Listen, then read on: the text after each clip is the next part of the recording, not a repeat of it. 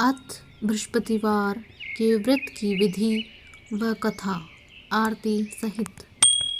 अथ बृहस्पतिवार अथवा वीरवार के व्रत की विधि।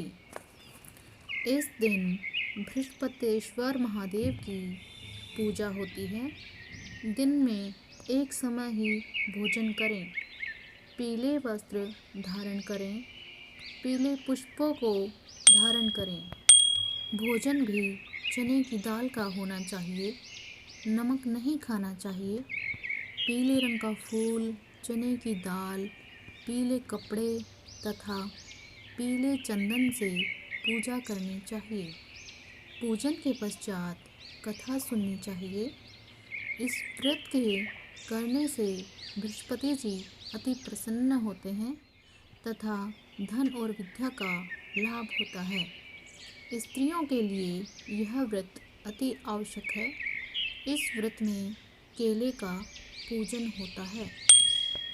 अथ बृहस्पतिवार व्रत की कथा आरंभ।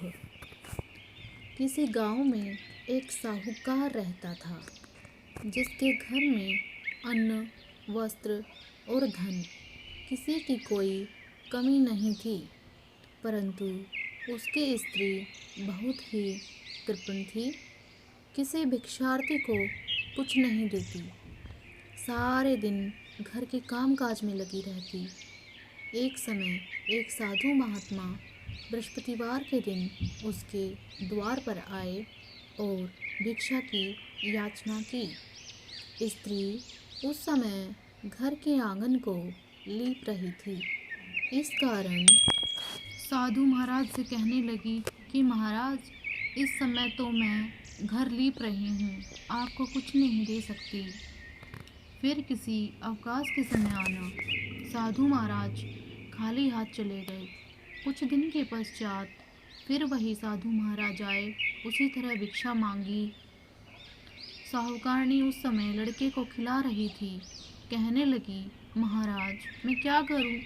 अवकाश ही नहीं है, इसलिए आपको भिक्षा नहीं दे सकती। तीसरी बार महात्मा आए तो उसने उन्हें उसी तरह से टालना चाहा, परंतु महात्मा जी कहने लगे कि यदि तुमको बिल्कुल ही अवकाश हो जाए तो मुझे भिक्षा दोगी?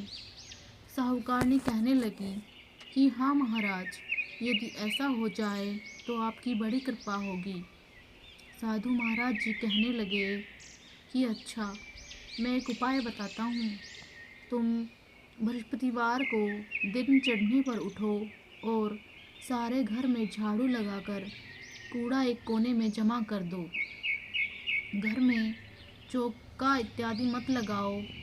फिर स्नान आदि करके घर वालों से कह दो उस दिन सब हजामत अवश्य बनवाएं।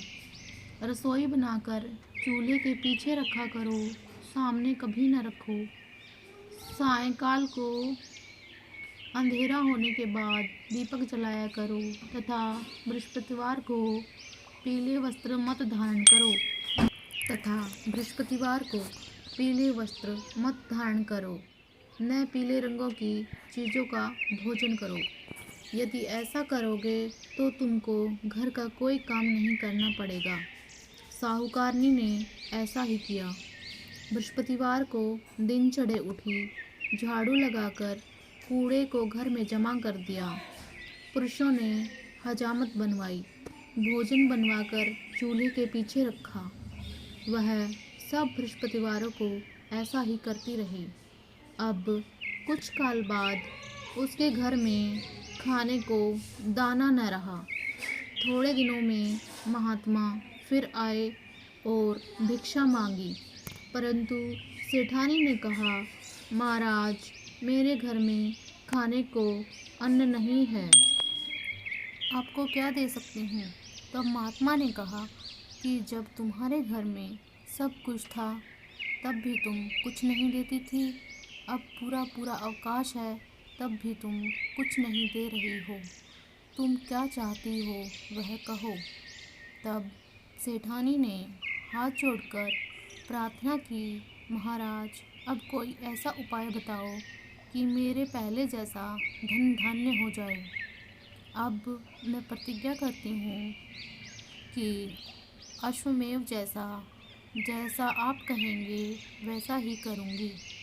तब महात्मा जी ने कहा, बृहस्पतिवार को प्रातःकाल उठकर स्नान आदि से निवृत्त हो घर को गऊ के गोबर से लीपो तथा घर के पुरुष हजामत न बनवाएं। भूखों को अन्न जल देती रहा करो। ठीक सायकाल दीपक जलाओ। यदि ऐसा करोगी तो तुम्हारी सब मनोकामनाएं भगवान बृहस्पति जी की कृपा से पूर्ण होंगी। सेठानी ने ऐसा ही किया और उसके घर में धन धान्य वैसा ही हो गया जैसा कि पहले था। इस प्रकार भगवान बृहस्पति जी की कृपा से अनेक प्रकार के सुख भोग कर दीर्घ काल तक जीवित रही। अत बृहस्पतिवार की दूसरी कथा।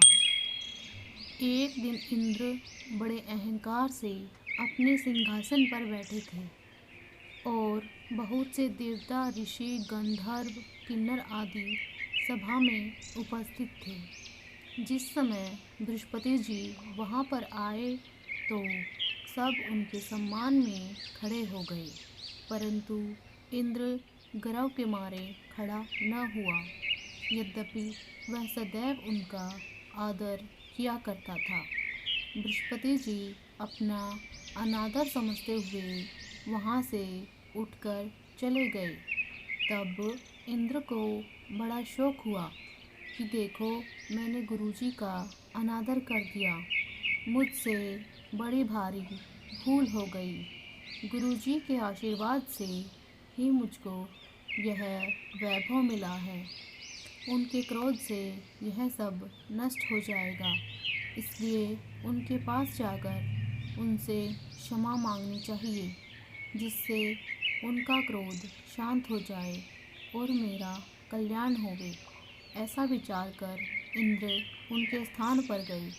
जब बृहस्पति जी ने अपने योग बल से यह जान लिया कि इंद्र क्षमा मांगने के लिए आ रहा है, तब क्रोधवश उससे भेंट करना उचित न समझकर अंतर्धान हो गए।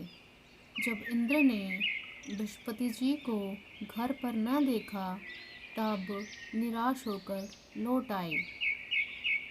जब दैत्यों के राजा वृषवर्मा को यह समाचार विदित हुआ तो उसने अपने गुरु शुक्राचार्य की आज्ञा से इंद्रपुरी को चारों तरफ से घेर लिया। गुरु की कृपा न होने के कारण देवता हारने व मार खाने लगे।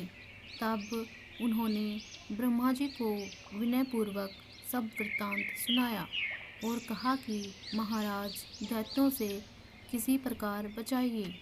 तब ब्रह्मा जी कहने लगे कि तुमने बड़ा अपराध किया है, जो गुरुदेव को क्रोधित कर दिया।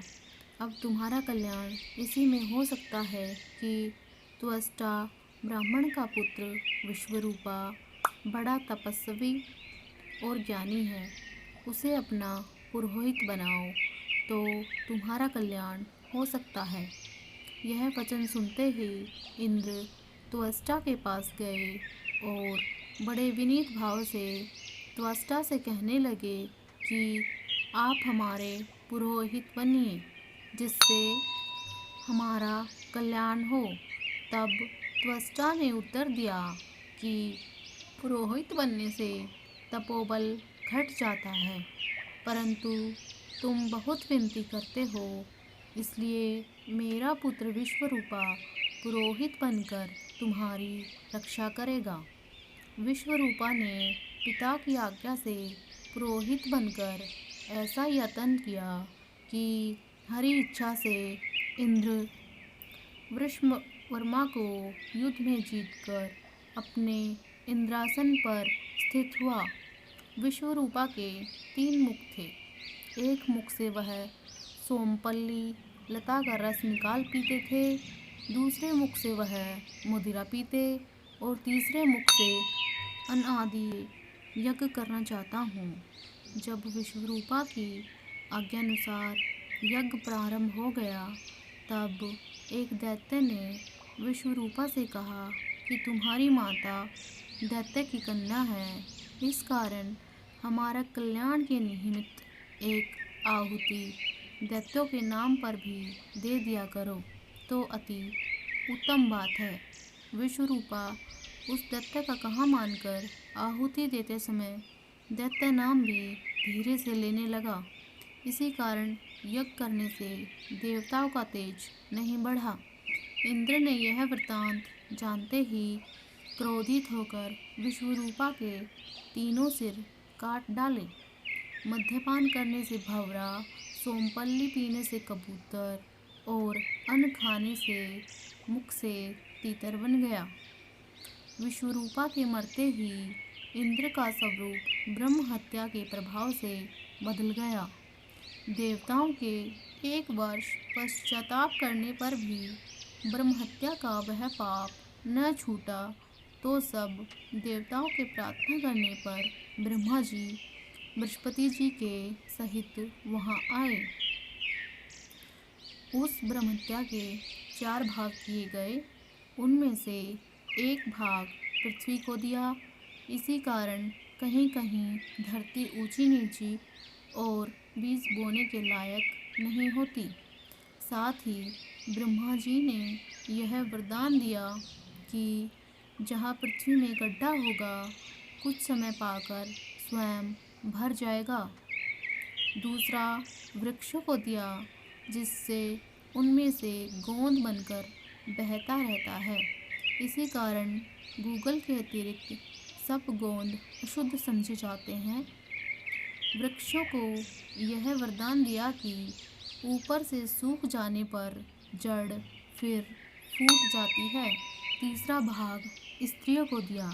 इसी कारण स्त्रियां हर महीने रजस्वला होकर पहले दिन चांडालिनी, दूसरे दिन ब्रह्मघातिनी, तीसरे दिन धोबिन के समान रहकर चौथे दिन शुद्ध होती हैं और संतान प्राप्ति का उनको वरदान दिया। चौथा भाग जल को दिया, जिससे फेन और सिवाल आदि जल के ऊपर आ जाते हैं। जल को यह वरदान मिला कि जिस चीज़ में यह डाला जाएगा वह बोझ ब्रह्महत्या के पाप से मुक्त किया।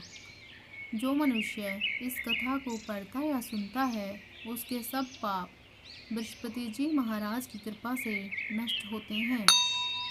जय श्री बृहस्पति देव। बृहस्पति देव की आरती। ओम जय बृहस्पति देवा स्वामी, जय बृहस्पति देवा। छिन छिन भोग लगाऊं, छिन छिन भोग लगाऊं, फल मेवा। ओम जय बृहस्पति देवा। तुम पूर्ण परमात्मा, तुम अंतर्यामी स्वामी, तुम अंतर्यामी। जगत पिता जगदीश्वर, जगत पिता जगदीश्वर, तुम सबके स्वामी। ओम जय बृहस्पति देवा। चरणामृत निज नरमल, सब पातक हरता स्वामी, सब पातक हरता।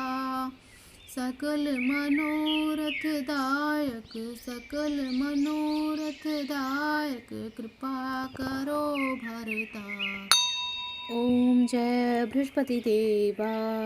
तन मन धन अर्पण कर, जो शरण पड़े स्वामी, जो जन शरण पड़े।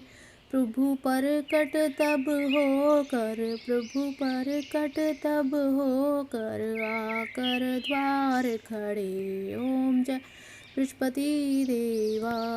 दीन दयाल दयानिधि, भक्तन हितकारी स्वामी, भक्तन हितकारी।